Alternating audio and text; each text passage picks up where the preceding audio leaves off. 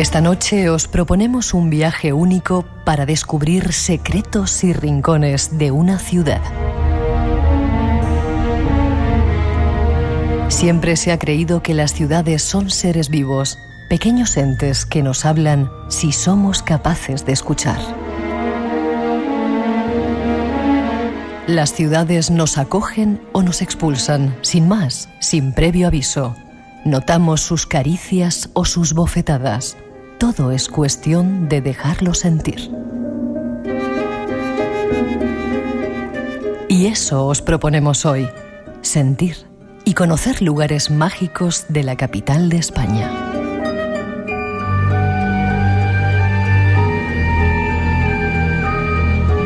Un lugar que se ha convertido en el centro mágico de muchas actividades que están ocurriendo a nuestro lado, casi sin darnos cuenta.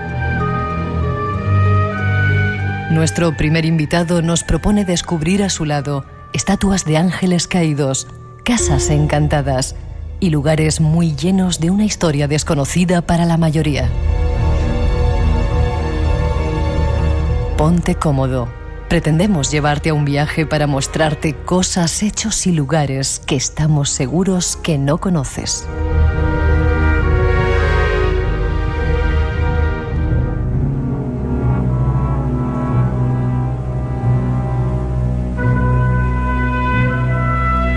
Como decíamos, aprovechando que estamos cerca de San Isidro, queremos hablaros de Madrid y no queremos olvidarnos de esa gente que sufrió el terremoto hace un año en Murcia, en Lorca. Estuvimos con ellos, seguramente volveremos a retomar el tema, pero presentamos a nuestro primer invitado, Marco Besas. Buenas noches, Marco. Muy buenas noches. ¿Cómo estás? Pues muy bien, aquí no sé si los oyentes saben que estamos aquí con unas velas con la luz medio apagada y bueno, la verdad es que hay un ambiente fantástico. Creando ambiente, desde siempre lo tenemos así. Déjame que te presente, eres cineasta e hiciste una cosa de astronomía en Nueva York. Sí, bueno, hice un doble máster, estudié cine y también astronomía. Mis amigos medio en broma decían que lo mío es dedicarme a las estrellas. Pero bueno, realmente pues después de unos 20 años trabajando en cine, pues he descubierto este fantástico mundo de escribir y esta fantástica ciudad que es Madrid. Yeah. ¿Tú naciste en Nueva York o naciste aquí en Madrid? No, yo nací en Madrid, lo que pasa es que mi padre es americano, con lo cual pues soy bilingüe. ¿Viviste una temporada, estudiaste en Nueva York? Estudié en la Universidad de Nueva York, estudié allí cine y astronomía. Y bueno, pues no soy gato, soy gatillo. Has escrito varios libros, hace tiempo que los has escrito. Uno, Madrid oculto, que nos llama mucho la atención, sexta edición. ¿Cuánto tiempo hace que lo escribiste, que lo editaste?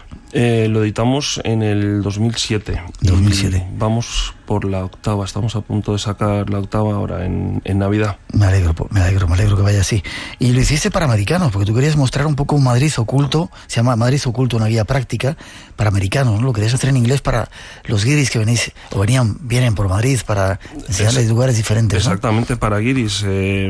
Pues claro, yo siendo medio americano y habiendo estudiado en Estados Unidos, pues tenía muchos amigos que venían a visitarme y querían conocer Madrid, y te puedes imaginar que después de ir 20 veces al Museo del Prado, a la Plaza Mayor, pues ya llega un momento de agotamiento y empecé a buscar cosas que me parecían que se salían un poquito más de lo ordinario, es decir, era mi pequeña ruta, ¿no? Mi mágica ruta donde les llevaba, y decidimos que por qué no hacer un libro sobre este tema. También trabajé durante una temporada en la radio con un pequeño espacio hablando de Madrid y cogiendo todas estas historias y bueno, después también muchas historias ya muy conocidas de otros escritores como Jesús Callejo, Clara Tahoces, que son dos libros para mí muy de referencia.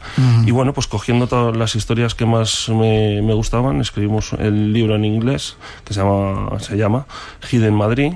Hidden Madrid. Y fuimos a la editorial y le propusimos hacer este libro en inglés, porque la idea era que fuese para americanos, como ya había libros muy similares en español. Y al final la sorpresa ha sido que ha ido fantásticamente bien en español. Ha salido en castellano. Curioso, porque viendo sus páginas hay un montón de sitios y de lugares y de historias que, a pesar de vivir en Madrid mucho tiempo, desconoces, que a mí me gustaría que hoy nos descubrieras, nos revelaras. Pero de Madrid al cielo, de Madrid al infierno, que es el segundo libro que escribiste. No sé si es el segundo, otro de los libros que escribiste. ¿Por qué de Madrid al infierno?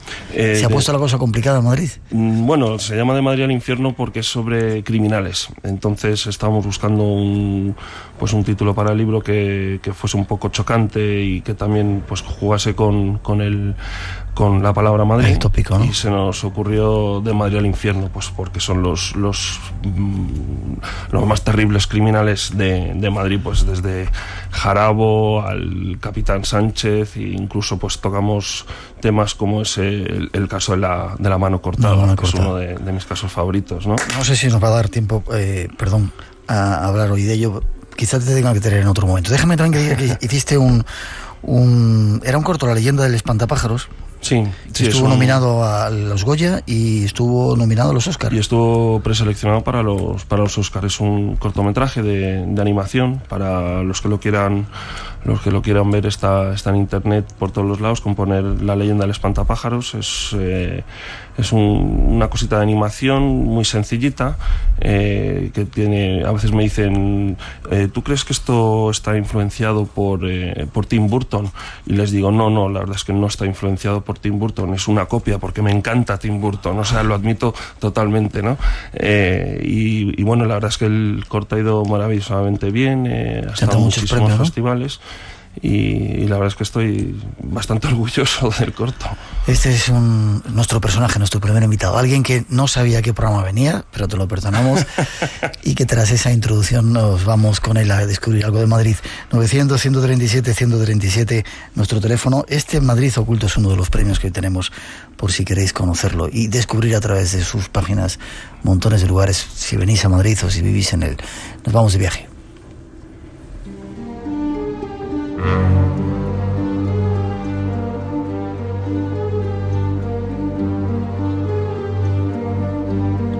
La Puerta del Sol es una de las plazas más célebres de Madrid. En ella se encuentra desde 1950 el denominado kilómetro cero de las carreteras radiales españolas. La Puerta del Sol fue en sus orígenes uno de los accesos de la cerca que rodeaba Madrid en el siglo XV. Esta cerca recogía en su perímetro los arrabales medievales que habían ido creciendo extramuros, en torno a la muralla cristiana del siglo XII. El nombre de la puerta proviene de un sol que adornaba la entrada, colocado ahí por estar orientada la puerta hacia levante. Entre los edificios que le daban prestigio en los comienzos se encontraba la iglesia del Buen Suceso y San Felipe el Real. El edificio más antiguo de la Puerta del Sol es la Casa de Correos. En ella destaca el reloj de torre que fue construido y donado en el siglo XIX por José Rodríguez de Losada y cuyas campanadas de las 12 de la noche del 31 de diciembre marcan la tradicional toma de las 12 uvas a la gran mayoría de los españoles. La Puerta del Sol es destino obligado para todos aquellos que pasean y visitan Madrid, pero guarda entre sus muros algunos secretos. Comencemos nuestro viaje por tan emblemático lugar. Nos situamos ahí en ese lugar que casi todo el mundo que visita Madrid tiene que pasar por él, y que incluso los que vivimos aquí de vez en cuando lo visitamos, y que hoy está de actualidad porque sigue la gente, creo, reunida. Los del 15M siguen estando allí. ¿Dónde está la Puerta del Sol? ¿Dónde está la puerta de la Puerta del Sol? ¿Dónde está la Puerta de la Puerta del Sol? Pues la verdad es que nadie lo sabe muy bien. Como ha dicho Rosa en esta introducción, bueno, pues supuestamente se construyó allí una especie de castillo, casi una especie de fortaleza, para proteger a Madrid de los comuneros, y se dice que en una de las puertas había pues por encima de un arco, por encima de la puerta, pues un solo bien pintado, quizá pues hecho con piedra, pero la realidad es que nadie sabe ni dónde está, ni lo ha visto. Claro, evidentemente estamos hablando de hace pues 500 años, pero curiosamente aún así pues allí permanece el nombre, ¿no? La Puerta del Sol, y todo el mundo se pregunta ¿y dónde está? ¿Dónde está el sol? ¿Dónde está? Pero no sabemos. Puerta.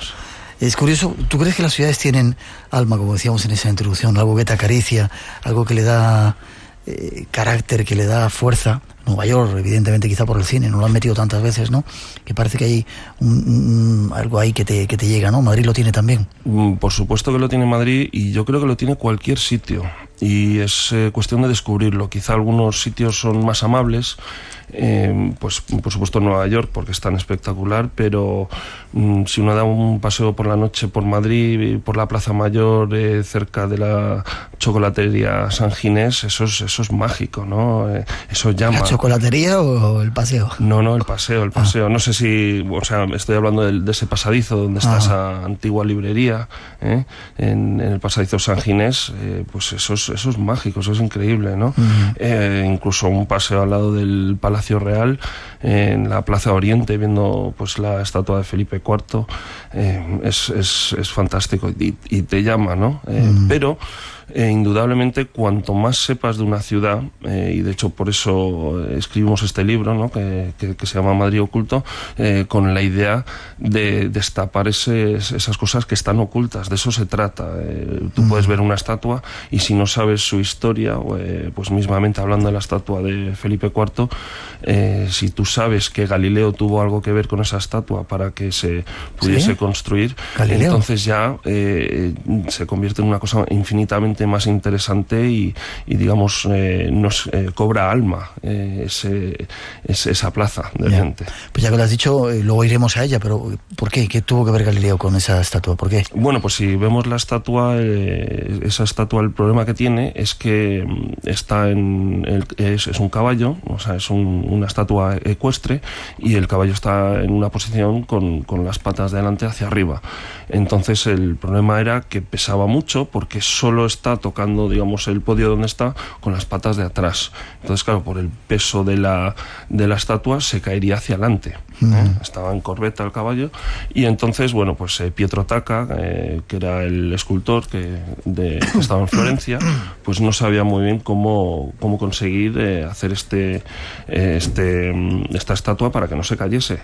Y en un momento dado, pues se puso en contacto con Galileo, y Galileo le dijo: bueno, esto es mucho más sencillo de lo que puede parecer. Lo que hay que hacer es que la estatua en la parte de atrás sea sólida, y que la parte de adelante sea hueca.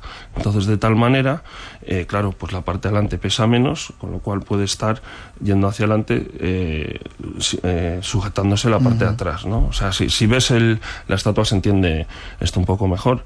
Y bueno, pues lo que digo, pasas por allí y dices: mira, Galileo de alguna manera puso su marca en esta plaza, que nunca lo pensarías, ¿no? Y bueno, un poco de eso se trata el libro que he escrito.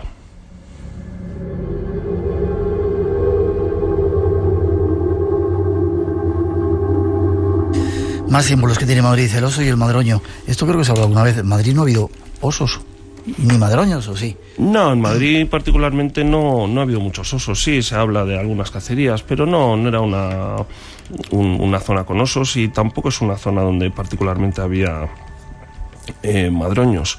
Realmente lo que es el oso y el madroño pues viene porque en un momento dado, sabemos que en la batalla de Navas de Tolosa se usó un oso como imagen que representaba Madrid, un oso con lo que era la osa mayor pintada en el lomo, y probablemente incluso no era un oso, probablemente era una osa. ¿Por qué? Porque en lo que se refiere a este tipo de símbolos es mucho más importante pues la osa, es decir, lo que es el animal en femenino. ¿Por qué? Yeah. Porque tiene mucha más fiereza la mujer, o sea, la hembra en este caso. La hembra en este caso. ¿Por qué? Porque protege a los hijos, ¿no? Entonces, igual que en Roma tenemos a la loba, ¿no? Entonces probablemente era una osa. Y bueno, en un momento dado pues hubo una especie de disputa entre, digamos, lo que sería el Estado y lo que era la Iglesia. Perdón. Y entonces estaban discutiendo sobre quién iba a poder tener los terrenos, y me explico. Si tenían pues ovejas, pues necesitaban un sitio para pastar, pero en esos mismos terrenos también tenían árboles con frutos.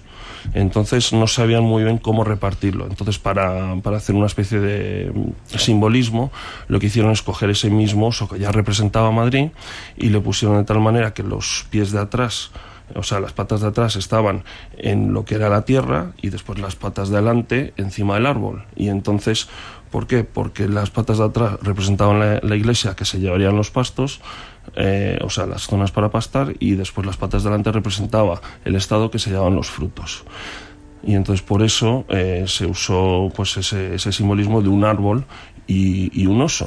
Y después se habla de que es un madroño. Bueno, probablemente, y bueno, esto se puede discutir mucho, pero yo creo que realmente simplemente representaba un árbol cualquiera, y pues el que lo diseñó pues puso unos puntitos rojos y pues por ponerle unos frutos. Y después en algún momento dado pues alguien dijo, no, es que es el madroño. Bueno, se habla de diferentes teorías de esto, pero yo creo que simplemente eran unos puntitos que representaban unos frutos, nada más. Y bueno, y eso ahora es, vamos, lo vemos en todos los lados, esa representación. Yeah. Qué curioso el origen de las cosas, ¿eh? Sí.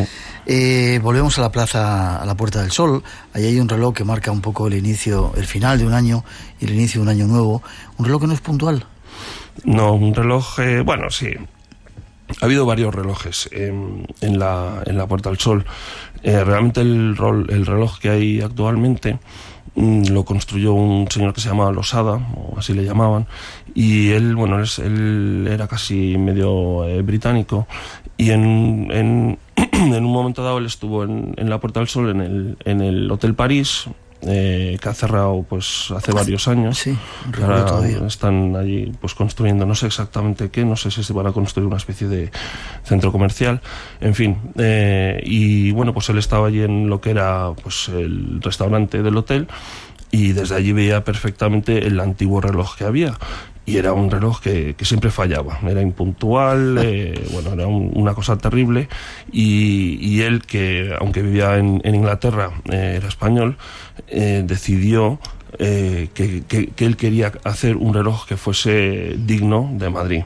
Y como él era relojero, pues construyó uno y además lo regaló. O sea, fue un regalo, estuvo unos 3 años construyéndolo, y finalmente ese es el reloj que todavía permanece, ¿no? Y eso no se retrasa.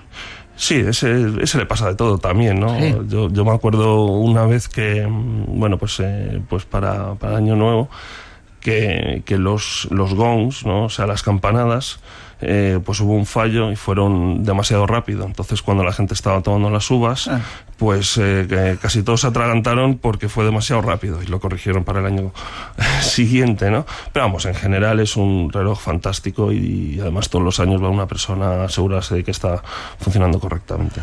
2:28, 1:28 en las Islas Canarias, 900-137-137 nuestro teléfono, por si queréis intervenir. Mucha gente ya preguntando sobre lugares en Madrid, que luego te pasaré, transmitiré las preguntas, los fantasmas de Linares, etcétera, etcétera. Un poquito de paciencia, que ahora llegamos a ello. Tenemos una Constitución, y si queremos abrirla, la abrimos, pero para muchas cosas más, no solamente las autonomías. En España, la crisis económica está cuestionando para muchos la viabilidad de las comunidades autónomas. Futuro Abierto, con Tato Puerto. Esta semana en Futuro Abierto hablamos del sistema autonómico español. Los domingos a las 6 de la mañana en Radio Nacional y también en rtve.es.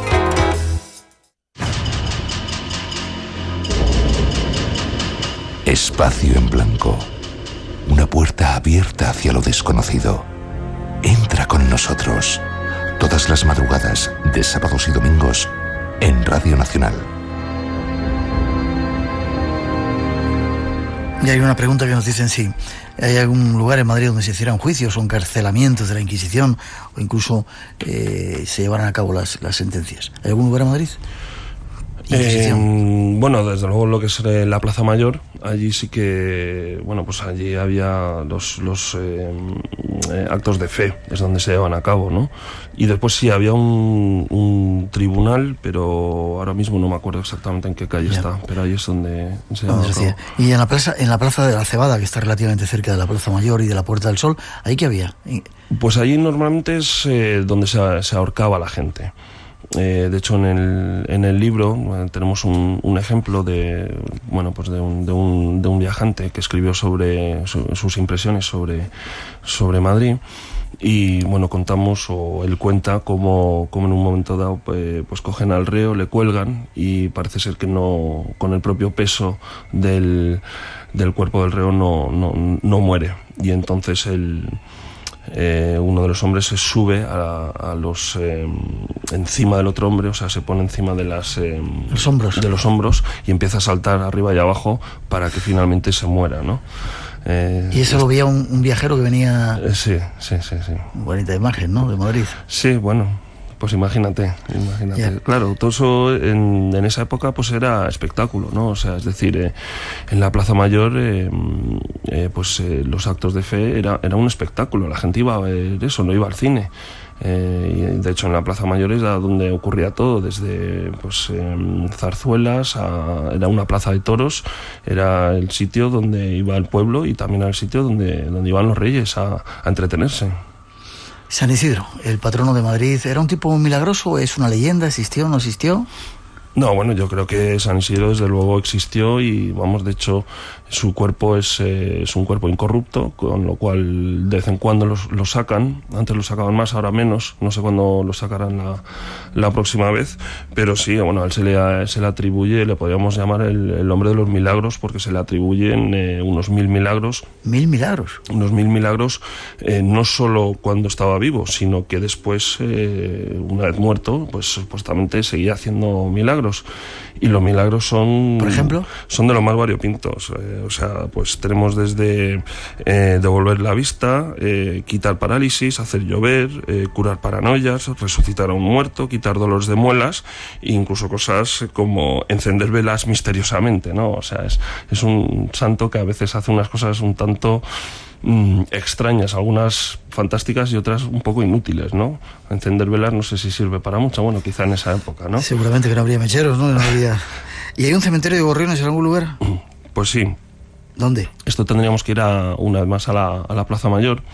En el centro de la plaza hay una estatua ecuestre de Felipe III y, bueno, pues durante la Segunda República, o sea, como sabemos, en general los republicanos no son muy amigos de la monarquía y, bueno, pues se dedicaron a destrozar muchas estatuas que había de reyes y reinas que había por Madrid y, bueno, empezaron a intentar derribar esta estatua ecuestre y alguien decidió meter una especie de petardo enorme dentro de la boca del caballo y explotó el vientre del caballo y salieron miles de pequeños huesitos.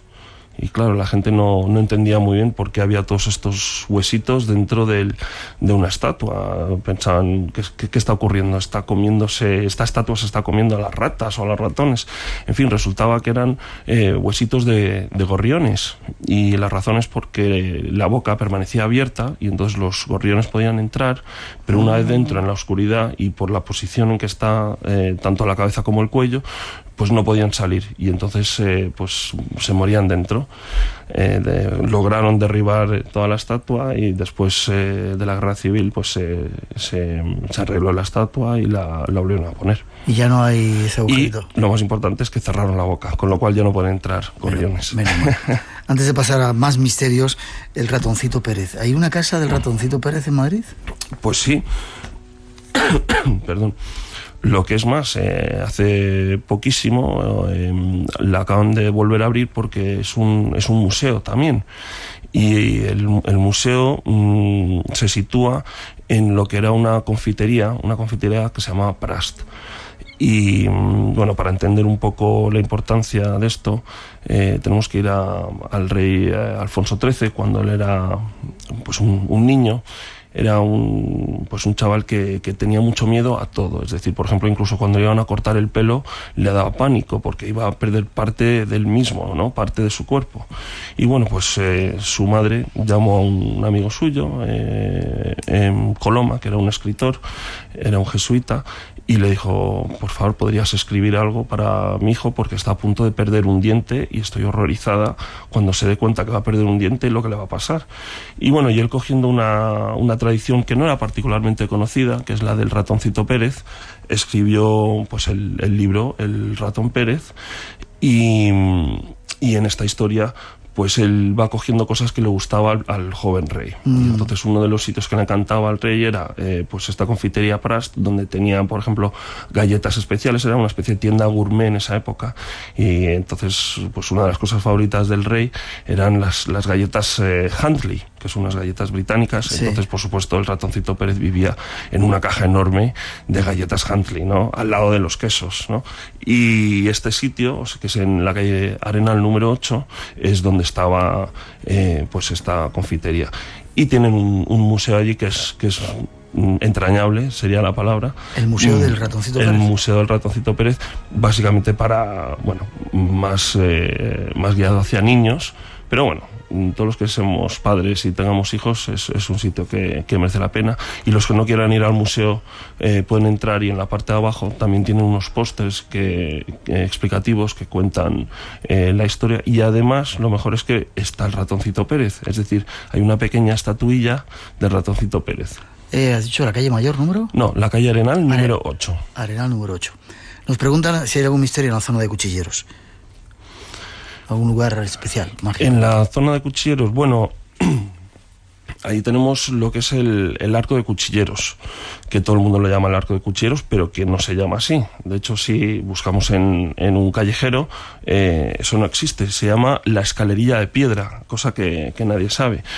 Y allí, pues misterioso, no sé si es particularmente misterioso, pero ahí se supone que en toda esa zona vivía Luis Candelas, y era donde se escondía Luis Candelas, que bandolero. Era el famoso bandolero, ¿no?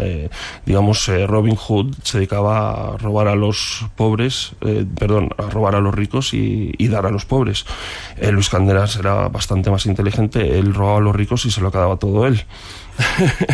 Pero vamos, sí, supuestamente ahí es donde él, bueno, se escondía. Y de hecho ahora hay un restaurante que se llama Las Cuevas de Luis Candelas, que lo recomiendo, principalmente porque dentro tienen todo tipo de artefactos y de aleluyas, que son como unos cómics de la época que contaban historias dentro del restaurante. E incluso tiene pues unos maniquís vestidos como Luis Candelas, y es un sitio que realmente es muy divertido para ver un poco la leyenda de Luis Candelas.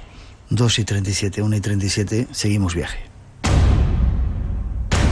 Entra en contacto con nosotros. 900-137-137. Espacio en Blanco, en Radio Nacional de España, con Miguel Blanco.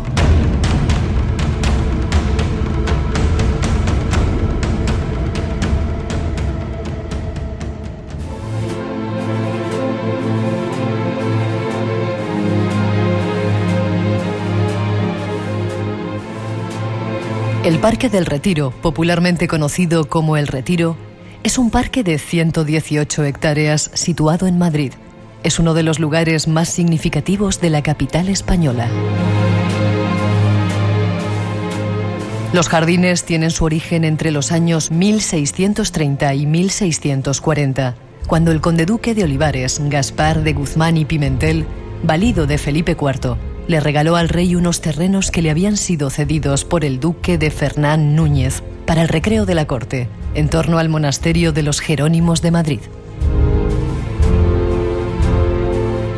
Dentro de su perímetro se encuentran muchos lugares de interés, como el Paseo de las Estatuas, la Puerta de España, la Rosaleda, el monumento a Alfonso XII o el famoso estanque. Pero existen muchos más. Estatuas de ángeles caídos y otros misterios. Conozcámoslos de la mano de nuestro invitado. Otro lugar típico y mítico de Madrid es ese Parque del Retiro, conocido como El Retiro, donde hay, bueno, desde estatuas de ángeles caídos, que vamos a hablar de ellos, otra serie de cosas extrañas, ¿no? ¿El árbol más antiguo está ahí? Sí, supuestamente el árbol más antiguo ¿De Madrid o de España o de...? Bueno, no, de España no, pero de Madrid se supone que es un árbol que se llama un ahuahuete, y este árbol, aparte de ser gigantesco, tiene la particularidad que es de los pocos que sobrevivió la Gran Independencia. Es decir, cuando estuvieron los franceses en 1808, construyeron un enorme fuerte donde ahora mismo, donde estaba la fábrica de porcelana, la convirtieron en un enorme, en una fortaleza. ¿Por qué? Porque era un sitio que estaba muy alto y se podía ver todo Madrid. Y en un momento dado, se decidió que, como había muchos árboles, no se veía bien todo Madrid, y prácticamente destrozaron todo el Retiro. Y este es uno de los pocos árboles que sobrevivió. Y no solo eso, sino que tiene unas como ramas, unos troncos, ramas enormes, de tal manera que se podía poner un cañón, y dice la leyenda que pusieron un cañón allí, lo ataron a estos los troncos, o sea, las ramas estas enormes del árbol, y que se usó allí para defender el fuerte. Yo recuerdo que también en el Retiro había algo que se llama la Casa de las Fieras, que ha desaparecido ya. Sí. Una especie de zoológico, ¿no? Sí, que yo estaba allí, por cierto. Yo me acuerdo mi abuelo haberme llevado. Yo también estaba allí, sí, y era muy curioso, sí. ¿Tiene que ver esto con algo que hablas en tu libro de los camellos de... Los camellos de Lawrence de Arabia. Bueno, cuando se filmó Lawrence de Arabia, pues evidentemente se suponía que estaban ahí en el desierto con los camellos, y se trajeron pues un montón de camellos para rodar, y después no se sabía muy bien qué hacer con estos camellos. ¿Dónde se rodó Lawrence de Arabia? ¿Aquí en España? Sí, se rodó aquí en España, se rodó pues también mucho por el sur. Almería y por ahí. Almería, exactamente. De hecho, en Almería todavía existen algunas de las dunas donde se rodó. Lo que pasa es que ya, ahora ya tienen hierbajos y no se parece nada a lo que era en la película, ¿no? Y como no sabían qué hacer con los camellos, pues los donaron al zoológico. Y de hecho esos mismos camellos también pues se usaron pues para reyes, para que estuviesen los tres reyes magos. Las cabalgatas. En las cabalgatas, exactamente. Volvamos al Retiro, a ese lugar donde dicen que está el único ángel caído. ¿Es cierto? Bueno, yo creo que sí, probablemente... La única estatua junto con México en el DF, creo que hay otra estatua también. Sí, se habla... O sea, yo creo que realmente de lo que es Lucifer... que yo diría que probablemente es la única estatua que existe, aunque hay una réplica de esta estatua en Madrid. Es decir, en Madrid ya tenemos dos estatuas de Lucifer. Sí, está en el Museo de Bellas Artes de San Fernando, cuando repararon la estatua que está en el Retiro, hicieron una réplica de resina. Y además invito a todo el mundo a ir allí a verla, porque te puedes acercar y la puedes ver de una manera que nunca podrías ver en el Retiro. Y una de las curiosidades que tiene, que yo creo que la mayoría de la gente no lo sabe, y es normal porque no se ve, porque para los que no conozcan la estatua, está como unos 3 metros de altura, con lo cual no la ves, no te puedes acercar mucho. Pero allí en el museo sí te puedes acercar, y tiene una serpiente con 7 cabezas, que es una curiosidad. He preguntado a varias personas si sabían qué significado tendrían las 7 cabezas. Alguna gente me ha dicho que podrían ser los 7 pecados capitales, pero tampoco está muy claro. Pero desde luego eso merece la pena ver. Y después hay otra estatua que también habría que mencionar, que también está en Madrid. O sea, que no hay solamente una estatua de Lucifer, sino 3. Podríamos decir 2 fijo, y después esta tercera, cada uno la puede interpretar como quiera. Y esta está en la calle de los Milaneses, creo que es en el número 3. Yo un día paseando, soy bastante despistado, como has podido comprobar cuando he llegado, pensando que estaba en otro programa. En fin, pues paseando, pues miré arriba una azotea y vi pues una escultura pues como de un hombre con alas estampándose en contra del balcón. Y bueno, pues España siendo España, queriendo informarme sobre esta estatua, pues ¿dónde fui? Pues al bar de abajo. Y evidentemente, pues sí, hombre, claro, sí, este es de Miguel Ángel Ruiz, es el escultor. Y bueno, pues hablé con él y él me contó que, bueno, que realmente no es Lucifer. Él llama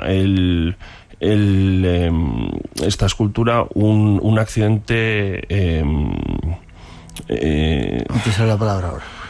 Bueno, en fin. ¿Pero es un ángel o es un diablo? No, se supone que es una entidad que lleva miles y miles de años volando por Madrid, y entonces en un momento dado, que va volando por la península ibérica, y entonces en un momento dado vuelve y no se da cuenta que habían hecho todas estas construcciones y pues rascacielos, y entonces se estampa contra este edificio, ¿no? Y dices que está en la calle Milanesas. Milaneses número 3. ¿Y en qué zona es eso? ¿Centro? Está justito al lado de la Plaza Mayor. Sí. Tendremos en cuenta eso. Antes de pasar a más lugares, ¿es cierto que la estatua del Retiro, la de Lucifer, está a 666 metros de altura sobre el nivel del mar? No. No, vamos a ver. Alrededor de todo Madrid hay lo que se llaman son clavos topográficos, ¿de acuerdo? Estos clavos topográficos, cada uno tiene un número. Entonces, si tú quieres conocer la altitud de algún sitio, pues apuntas el número del clavo, y entonces puedes ir al Instituto de Topografía, y ellos te pueden decir exactamente la altura. Y es 665 con no sé qué, o algo así. O sea, es casi. De todos modos, digamos que eso sería exactamente en el suelo. Entonces realmente la estatua está a 3 metros altos. Pero vamos, realmente eso es sorprendente que se ajuste tanto, porque claro, el número 666 es el número de la bestia, y claro, todos pensamos en eso, ¿no? Aunque probablemente cuando se hiciese la estatua, pues yo me imagino que no eran conscientes de eso. Pero ¿una casualidad? Normalmente sí, pero no obstante es una casualidad peculiar.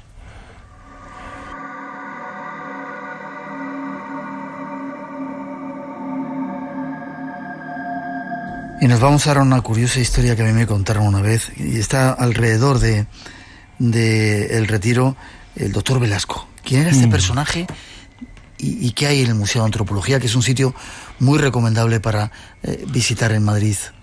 Bueno, pues el doctor Velasco realmente era un anatomista, es decir, no solo anatomista, sino que también era antropólogo. Y en esa época, pues los antropólogos se dedicaban a viajar por el mundo, ir coleccionando todo tipo de cosas, y en este caso el doctor Velasco quería construir un museo antropológico, que lo llegó a construir, y claro, como específicamente le interesaba la anatomía, pues hacía todo tipo de moldes de personas, de caras, y estaba muy familiarizado pues con hacer moldes de cadáveres, ¿no?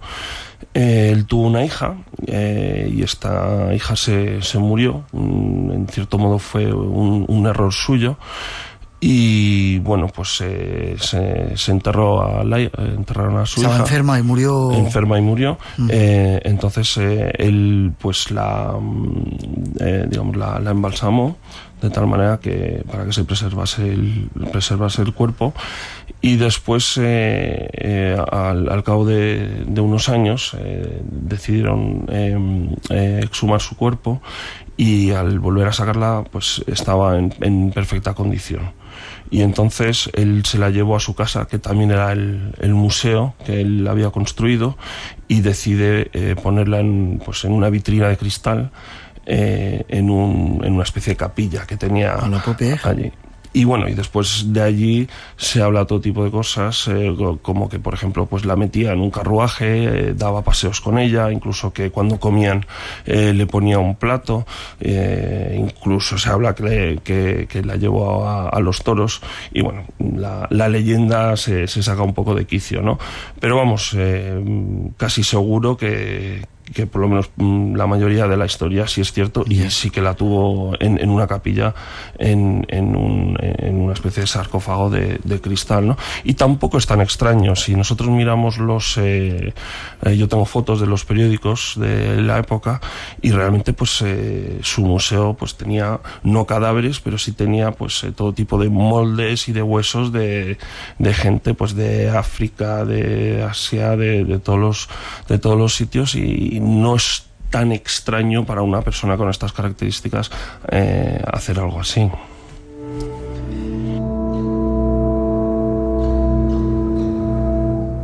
Nos preguntan, tenemos un montón de preguntas de los oyentes, si hay algunos edificios de estructura masónica en Madrid. Precisamente te lo preguntaba también antes. Y me has dicho que el Ateneo.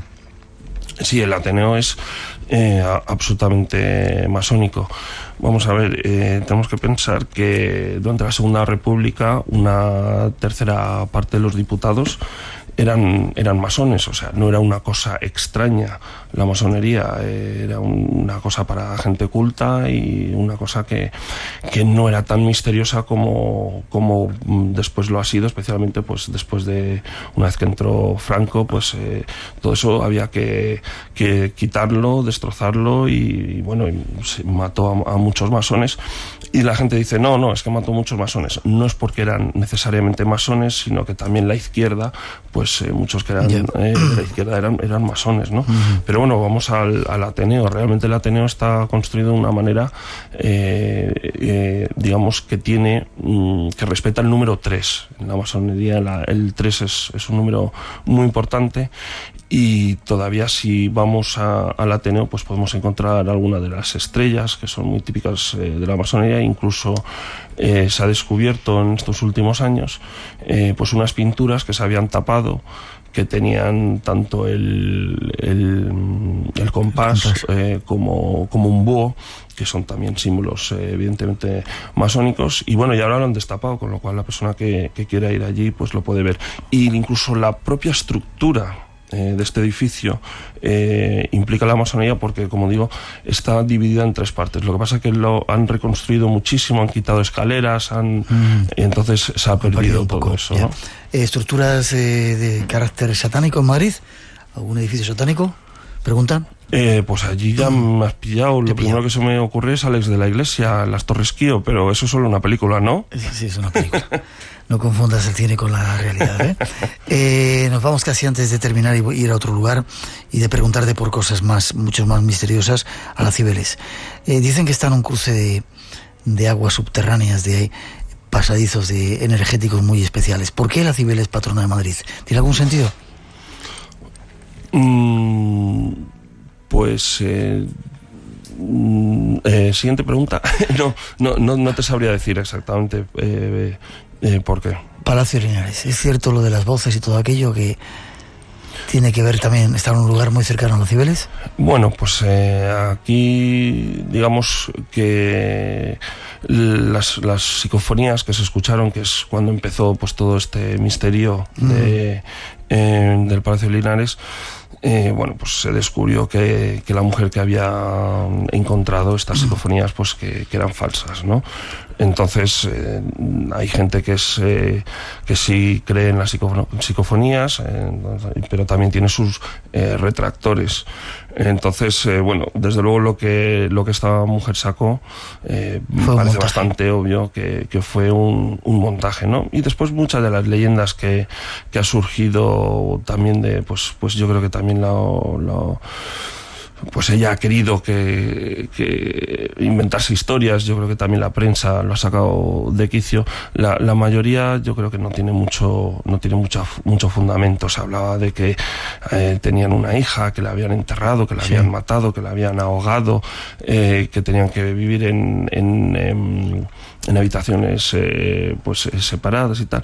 Realmente la mayoría de estas cosas no tienen mucho fundamento, y realmente con leer los periódicos de la época pues queda todo bastante claro. Eres bastante escéptico, ¿no? Sí. Ya, tienes que haber estado allí cuando no había luz en ese palacio, antes de que surgieran esas fraudulentas psicofonías que hizo esa supuesta doctora. Me habría encantado. Tenías que haber estado. La Virgen Negra, ¿hay alguna Virgen Negra en Madrid? Pues sí, la Virgen de Atocha se considera una Virgen negra, y esta, bueno, pues tiene una historia curiosa, porque bueno, pues cuando la encontró un guerrero, y este hombre, pues es que no me acuerdo muy bien de la historia ahora mismo. Bien, pero ¿tiene que ver algo con esa historia de los templarios, que fueran negras, o no hay ninguna relación con templarios en ese caso? Yo no te sabría decir, es decir, yo desde luego no la puedo vincular con los templarios. ¿Y el gigante de Alcocer, quién era este personaje? Bueno, pues el gigante de Alcocer está también relacionado con el doctor Velasco. En este caso, bueno, pues como hemos mencionado anteriormente, el doctor Velasco estaba interesado en cualquier tipo de extrañez anatómica, ¿no? Y bueno, pues este hombre era un gigante, era altísimo, y entonces el doctor supo de él porque estaba yendo a circos, es decir, este señor pues era el típico freak show, ¿no? Y entonces le hizo una especie de proposición extraña, donde le dijo: mira, yo te propongo que yo te voy a pagar X cantidad de dinero, pero cuando tú te mueras yo quiero tener tu cuerpo. Y entonces, bueno, pues parece ser que este señor, el gigante, pues aceptó, y claro, como tenía dinero porque le pagaba mensualmente, pues tenía tanto dinero que empezó a darse la buena vida, y aumentó hizo que acelerase su enfermedad, y finalmente pues murió mucho antes de probablemente lo que hubiese sido si no se dedicase pues a las mujeres y al alcohol y a este tipo de mala vida, ¿no? Y de hecho después el doctor Velasco cogió sus huesos, que están ahora expuestos en el museo, y además hizo un molde que también está allí en el museo, en el Museo Antropológico, que está justo enfrente de la estación de Atocha. Ya. Preguntan también, nos dicen que en el Museo Sorolla, en la puerta, hay un compás masónico, con lo cual es otro de los símbolos. Pues mira, eso no lo sabía. El lugar que tú enseñes antes de pasar, nos queda una tercera parte por ver, con algunos misterios más en Madrid, que enseñas siempre como el más extraño que te pueda llamar la atención de Madrid. Nos queda un minutito antes de las noticias, hacemos una pausa y luego seguimos. Pues mira, uno de los sitios que más me gusta es la cripta de la Almudena. Cripta de la Almudena. La cripta de la Almudena tiene lo que se considera la virgen más antigua, que es la Virgen de la Flor de Lis. Es una pintura, y este sitio es fantástico. A mí lo que es la Almudena no me gusta particularmente, pero la cripta eso sí que es misterioso. Es decir, entras allí y es otro mundo. ¿Se encuentra fácilmente? Sí, o sea, con ir a la Almudena, hay carteles que pone hacia la cripta. Nadie va a la cripta, es una pena, porque además la cripta fue lo que se construyó primero. O sea, bueno, como sabes, tardaron años y años en construir el resto de la catedral, ¿no? Pero la cripta, por ejemplo, tiene pues unas 400 columnas, y cada columna tiene un capitel, y cada capitel es distinto. Y conforme vas paseando por sus pasillos, que son impresionantes, pues puedes ir viendo pues distintos capiteles que tienen desde el oso y el madroño a búhos, bueno, es un laberinto, y es todo un descubrimiento ir a ese sitio. Antes de 30 segundos, Madrid ha cambiado, es decir, se está convirtiendo en algo especial.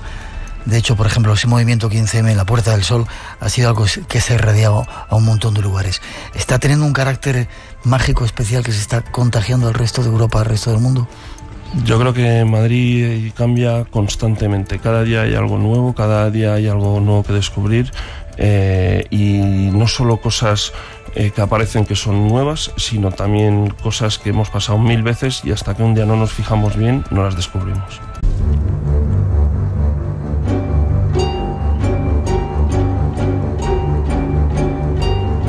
El Palacio Real de Madrid es la residencia oficial de Su Majestad el Rey de España. Aunque no habita en él, lo emplea en las ceremonias de Estado. El origen del palacio se remonta al siglo IX, en el que el reino musulmán de Toledo construyó una edificación defensiva que después usaron los reyes de Castilla, sobre la que en el siglo XVI se construyó el antiguo alcázar. Destruido este por un incendio en la Nochebuena de 1734, Felipe V quiso que el Palacio Nuevo ocupase el mismo lugar. Toda la construcción se hizo abovedada, en piedra y ladrillo, sin madera, para que ningún incendio pudiera destruirlo. Las obras se realizaron entre 1738 y 1755, estableciendo Carlos III su residencia en él en 1764. Para su decoración interior se emplearon ricos materiales, mármoles españoles, estucos, madera de caoba en puertas y ventanas e importantes obras de arte, en especial las pinturas al fresco de los principales artistas del momento, como Giaquinto, Tiepolo o Mengs, y sus seguidores españoles Valleu y Maella. Viajemos por este nuevo enclave de la capital para conocer algún secreto más desconocido. El Palacio Real en sí mismo ya es una parte de una maravilla y un montón de cosas que se esconden ahí, pero como no tenemos tiempo, vamos a ir a un lugar, un lugar cercano, a preguntarte, ¿hubo un tiempo en el que Madrid quería ser puerto de mar? ¿Alguno de los reyes que andaban en ese palacio o tuvo que ver con ese palacio? Absolutamente. ¿Le dio por hacer, sí? Sí. Nos remontamos a la época de Felipe II. En esa época, pues... España pues tenía colonias por América, por todos los lados, ¿no? Entonces no paraban de traer todo tipo de riquezas, y en esa época también Felipe II había decidido que la capital de España iba a ser Madrid. Entonces la razón era porque supuestamente era equidistante a todos los puertos, entonces estaba en el centro y esa era la idea. Pero claro, en esa época era difícil el viaje por las carreteras, con lo cual lo importante, o sea, la gente todavía seguía usando barcos para todo. Y entonces se pensó en la posibilidad de hacer el Tajo navegable. En esa época Portugal todavía era española, y entonces la idea era pues llevar los galeones o en barcas más pequeñas a través del Tajo, que el Tajo al final llega hasta el Manzanares. Entonces podían llegar pues prácticamente al Puente de Toledo. Entonces se estudió la idea, fue un tal Antonelli, y Antonelli pues fue a Felipe II y le dijo: mira, yo tengo esta idea y yo creo que podemos hacer que Madrid sea un puerto. Lo que pasa es que pues hay que construir inclusas, hay que hacer el Tajo en algunas zonas más grande, y se hizo todo un estudio, y después de bastantes años ya tenía todo el informe y se fue a Felipe II, pero justo en esa época pues ocurrió lo de la Armada Invencible, donde se perdieron pues muchísimo dinero, y realmente ya no había fondos para... Se abandonó la idea. No obstante, se retomó posteriormente, incluso se llegó a construir lo que se llama el canal de Manzanares, con lo cual sí que se intentó, y sí que se hicieron algunas inclusas, que incluso se pueden visitar ¿Canal ahora. de Manzanares? Sí. El canal de Manzanares. Sí, además es una zona ahora que la gente va a visitar, que hay mucho turismo, o sea, en bici y este tipo de cosas, paseos, y incluso se iba a ampliar todo el proyecto. Lo que pasa es que ya tardaron tantos años en hacerlo que ya entró el ferrocarril y ya no tenía sentido. No fue necesario. ¿Tú no crees en esas cosas? Pero alrededor del Palacio Real, sobre todo en los jardines del Moro, se llaman así, creo, hay un montón de fantasmas y divisiones extrañas, y uno va por la noche. Para terminar, nos preguntan, y es otro tema que teníamos, el fantasma de la Casa de las 7 Chimeneas. ¿Dónde está esa casa? ¿Qué es? ¿Y cuál es el fantasma? Bueno, pues esta casa está en la Plaza del Rey, que está al ladito de la Gran Vía. Y aquí cuenta la historia que un montero de Felipe II pues se casó con un montero tuvo una hija, sí, y su hija se casó con un militar. Este militar se tuvo que ir a la guerra de Flandes y parece ser que pues allí murió. Después no se sabe muy bien exactamente qué es lo que estaba pasando con la hija. Estaba encerrada, ella estaba muy triste. Sí. Se decía que básicamente se estaba muriendo de tristeza. Pero también resulta que es que Felipe II pues estaba con ella. ¿Sí? Es decir, que era su amante.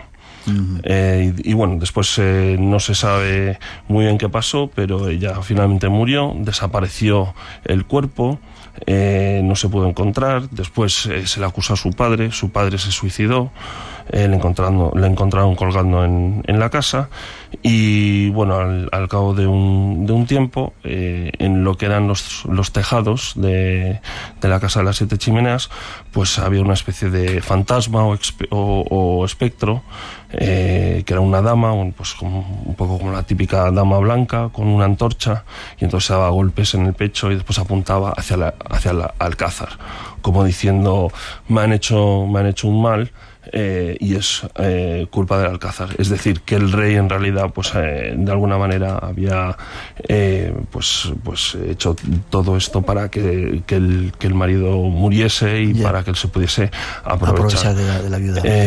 Una de las cosas curiosas es que después este edificio, cuando estuvieron haciendo unas obras, porque como he mencionado, nunca se encontró el cadáver de esta señora, encontraron unos huesos de una mujer y unas monedas de esa época, ¿no? Entonces muchas veces se ha hablado de si posiblemente esto fuese pues su cadáver, ¿no? Sus huesos. También se suele olvidar que este fue también pues uno de los sitios donde ocurrió el motín de Esquilache, y allí también hubo muertos, con lo cual quizá esos huesos pues tienen más que ver con el... Actualmente es un ministerio, creo, ¿no? Sí. Te entendí, es un misterio. No, un ministerio. Sí, es un ministerio. ¿Sabes de qué? No sé si...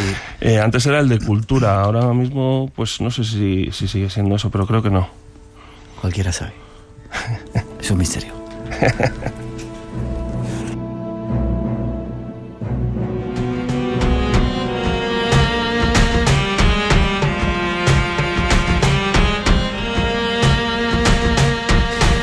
Se ha echado el tiempo encima, Marco, y no hemos hablado de asesinatos de Madrid al infierno, pero quizá tienes que venir otra vez al programa. Dicen por último que hay otra estatua del ángel caído en Birmingham, en Inglaterra. Parece que hay más estatuas de ángeles caídos. Pues lo buscaré. Gracias, ha sido un placer. Espero que estés con nosotros en otro momento, que conectes y que te apuntes al espacio en blanco. Pues cuando queráis, y aunque soy escéptico, soy apasionado y me encanta el mundo.